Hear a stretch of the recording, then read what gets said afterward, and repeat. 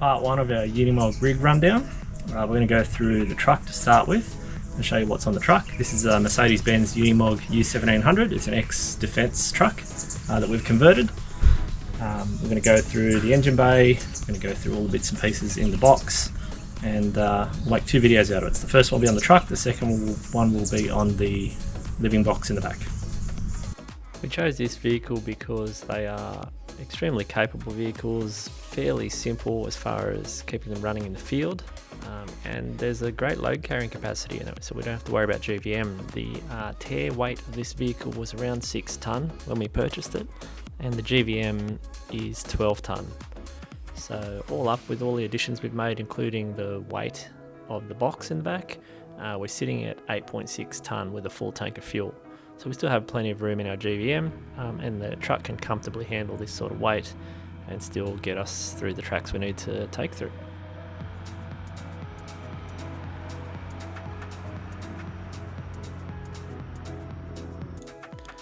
One of the most common questions we get asked about the truck when we're driving it around is how big the tyres are. So we've chosen a 395 85 R20 mud terrain tyre on a 20-inch beadlock wheel. These are about 46.5 inches of diameter and give us about almost 700 millimeters of clearance underneath the axle tube.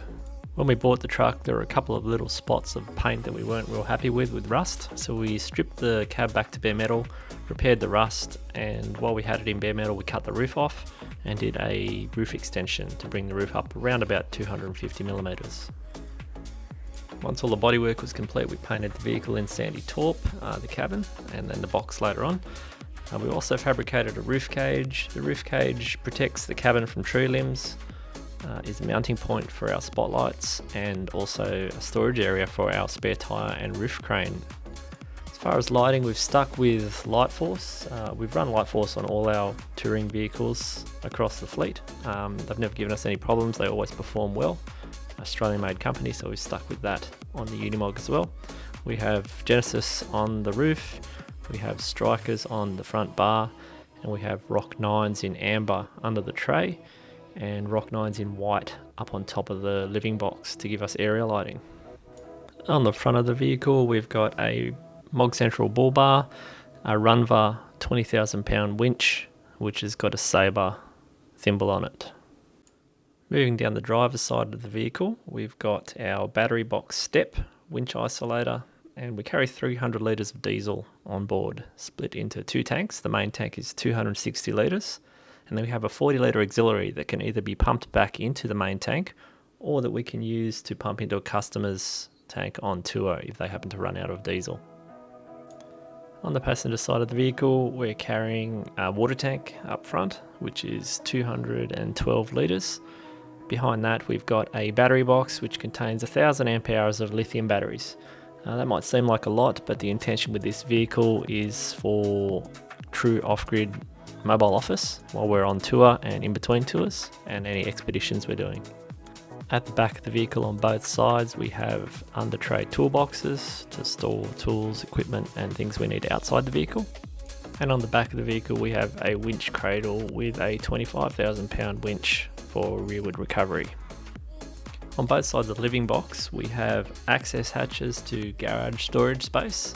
On the driver's side this space is mostly empty and we've got some molly webbing in there to tie things down to. On the passenger side we have our electronic system which we'll go into in another video in depth, but we also have our water filtration. So the water filtration on this truck is 3-stage. We've got carbon and sediment filter and finally a UV filter, so that we can pump water out of rivers and make it drinkable. Inside the cab we've tried to make things as comfortable as possible.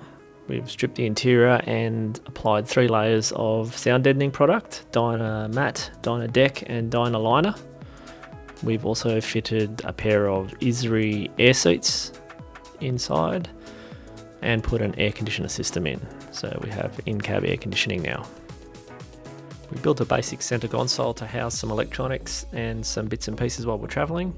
We have a Garmin Tread unit, 10-inch one, in the centre console as well, and then we have a screen which attaches to cameras on the mirrors and a rear camera on the back of the box, and then finally a camera inside of the box to make sure that our things are not floating around while we're driving off-road. And finally, as far as performance, we've upgraded the turbo, intercooler and exhaust on this truck. It's 4-inch exhaust, and we've made some adjustments to the fuel pump to bring the fuel up a bit. We have a splitter box on its way at the moment, and once that arrives, that will be the last thing that will be needed to be put into the truck to make it usable on the highways. With the splitter, we should sit at a lower RPM at 100 k's an hour comfortably. Let us know if you have any questions about the build. Like I said at the beginning, we'll be making a second video on the box and its internals, and we might actually make a third video on the power system specifically, because there's a lot to go into on that. Keep an eye out for the vehicle out in the trails in Central Australia and the top end. And yeah, if you'd like to join us on a tag along tour, you might just find that this vehicle is one of the ones leading it.